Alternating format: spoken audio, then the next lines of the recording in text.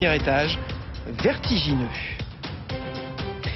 Mais d'abord, les mésaventures d'Euro Disney. L'action a plongé de près de 10% à la Bourse de Paris aujourd'hui.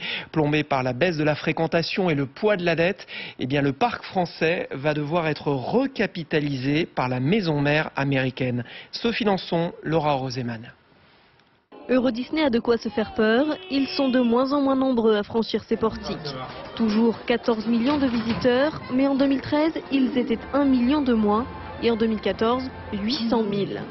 Une chute due notamment à des prix trop élevés par rapport à ses concurrents dans un contexte économique désenchanté. L'offre de la concurrence s'est organisée et aujourd'hui la perception du consommateur c'est que dans des parcs de proximité on peut avoir un meilleur rapport qualité-prix. Mais au-delà, c'est la structure financière même du groupe qui pose problème.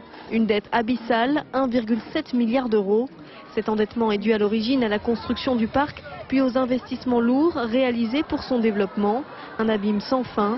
Et la situation s'est particulièrement dégradée ces dernières années. Depuis 2008, cette dette devient plus en plus important. Et donc le fait que la dette est une barrière, je dirais, à l'investissement de notre entreprise, c'est également dû à cette dégradation de l'économie depuis 2 ans. Mais pour les syndicats, ce sont également les royalties qu'Euro Disney reverse à sa maison mère américaine qui expliquent les difficultés actuelles.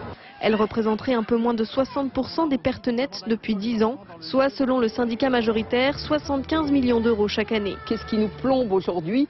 C'est les royalties, mais les royalties c'est la maison mère, ça a été bâti, le financement a été bâti ainsi. L'exploitant du parc Disneyland Paris n'a été bénéficiaire qu'entre 1995 et 2001.